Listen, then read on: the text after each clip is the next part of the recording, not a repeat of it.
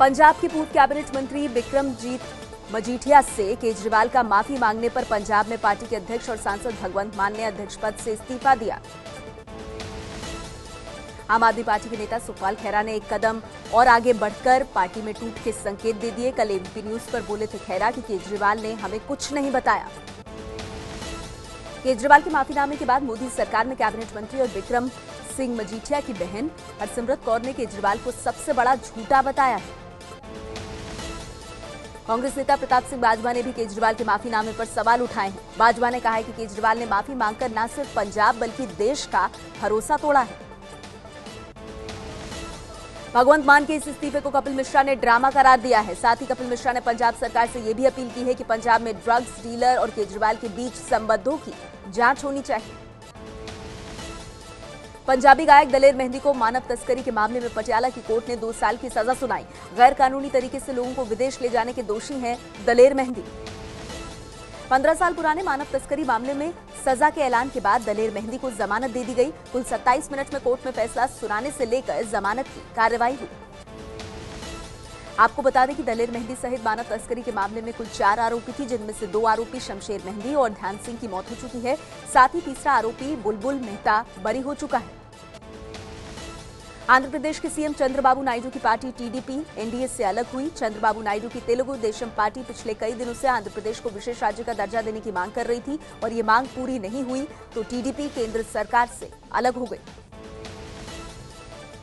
PM Modi ने Manipur university में 105वीं Indian science Congress की शुरुआत की। साथ ही राज्य को लगभग 750 करोड़ रुपए की परियोजनाओं की सौगात भी दी।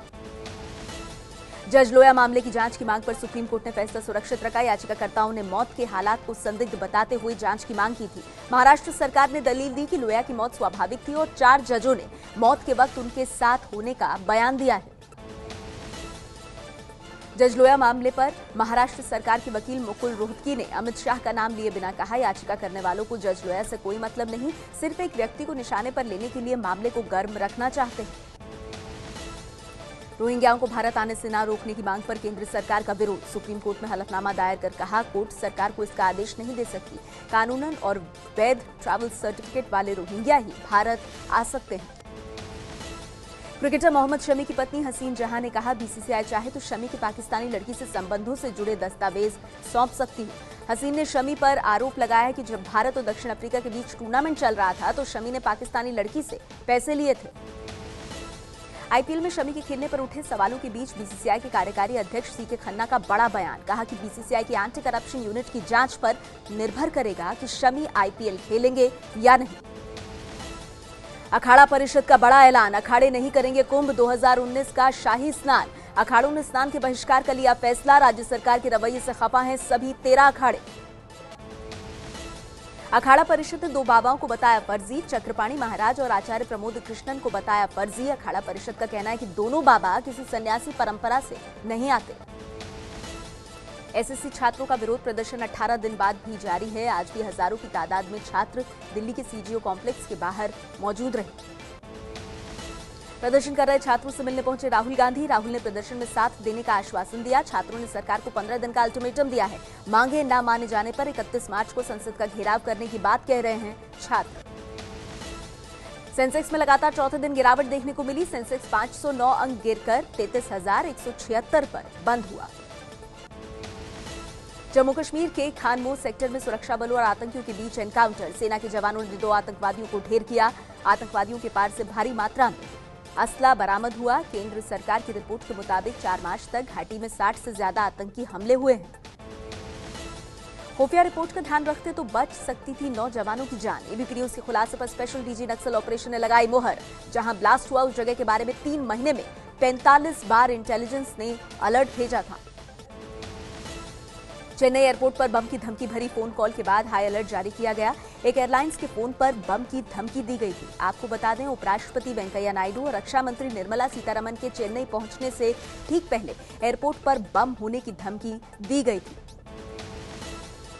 अहमदाबाद एयरपोर्ट पर बम की अफवाह उड़ाने वाले शख्स की तस्वीर सामने आई। पुलिस ने शख्स को गिरफ्तार कर पूछताछ शुरू की। शख्स ने फोन करके अहमदाबाद एयरपोर्ट पर बम होने की बात कही थी।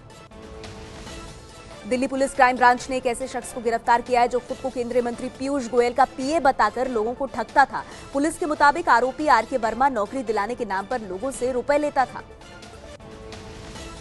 दिल्ली के विजय विहार इलाके में पिस्टल के साथ सेल्फी लेने के चक्कर में गए युवक की जान। दो दोस्त लाइसेंसी पिस्टल के साथ सेल्फी ले रहे थे, तभी गलती से गोली चल गई, जिसमें 22 साल के विजय की मौत हो गई। दिल्ली के पीतमपुरा इलाके में फिर हुई दो गैंग्स के बीच गैंग वॉर। दिन दहाड़े सड़क पर एक दूसरे पर फायरिंग करते दिखे दो गैंग वॉर में हुई 2 लोगों की मौत। पीतमपुरा इलाके में लोगों में डर का माहौल। यूपी के मथुरा में जिला अस्पताल प्रशासन की संवेदनहीनता की तस्वीर सामने आई। मरीज के खून से लथपथ हुई पैंट को बनाया मरीज का तकिया। गंभीर हालत में मरीज को इमरजेंसी वार्ड से बाहर निकाला गया। सड़क पर तड़पता रहा मरीज। यूपी की राजधानी लखनऊ में हुई 3 साल की मासूम के साथ रेप की घटना को लेकर विरोध प्रदर्शन। विधानसभा के बाहर प्रदर्शन कर रहे लोगों ने की आरोपी को फांसी देने की मांग। पीड़ित के परिजनों ने अस्पताल पर लगाया इलाज को लेकर लापरवाही बरतने का आरोप। यूपी के मुरादाबाद में नेजा मेला देखकर लौट रहे लोगों से भरी ट्रैक्टर ट्रॉली पलटी। 25 से ज्यादा लोग हुए घायल। चश्मदीदों ने बताया कि लोगों से भरे दोनों ट्रैक्टर आपस में रेस लगा रहे थे और इसी दौरान एक ट्रैक्टर की ट्रॉली का संतुलन बिगड़ गया। यूपी के एटा जिले में कस्तूरबा गांधी आवासीय स्कूल में 70 छात्राएं फूड पॉइजनिंग की शिकार हुई। 55 छात्राओं को अस्पताल में भर्ती कराया गया। जिला प्रशासन ने खाने की चीजों का सैंपल लेकर जांच के लिए भेजा। साथ ही गुनहगारों के खिलाफ कार्रवाई का भरोसा दिया। हरियाणा के फरीदाबाद में एक प्राइवेट स्कूल के छात्र ने प्रार्थना सभा के दौरान छत से कूदकर आत्महत्या करने की कोशिश की। छात्र की हालत गंभीर, साथ ही आत्महत्या करने की वजह अभी तक पता नहीं चल पाई। सूरत में लेडी डॉन के साथ 2 लोगों को गिरफ्तार किया गया। होली पर तलवार के साथ आतंक मचाने का वीडियो हुआ था वायरल। लेडी डॉन अस्मिता पर धारदार हथियार दिखाकर एक युवक को धमकाने का भी आरोप। गुजरात के अहमदाबाद में आंगड़िया कर्मचारी की गोली मारकर हत्या। लूट के इरादे से 4 बदमाशों ने किया हमला। पुलिस ने सीसीटीवी के आधार पर कार्रवाई शुरू की। मध्य प्रदेश की राजधानी भोपाल में मनचलों और बदमाशों पर सख्त हुआ पुलिस प्रशासन। पुलिस ने कई इलाकों में मनचलों और बदमाशों का पैदल मार्च निकाला। जनता में बदमाशों का खौफ दूर करने के लिए पुलिस ने उठाया ये कदम। कोलकाता में एसटीएफ ने नकली नोटों की खेप पकड़ी। एसटीएफ ने 10 लाख रुपए की नकली करेंसी के साथ 2 लोगों को गिरफ्तार किया। दोनों आरोपी मालदा के रहने वाले हैं, जो बाजार में नकली नोटों से खरीदारी करने निकले थे।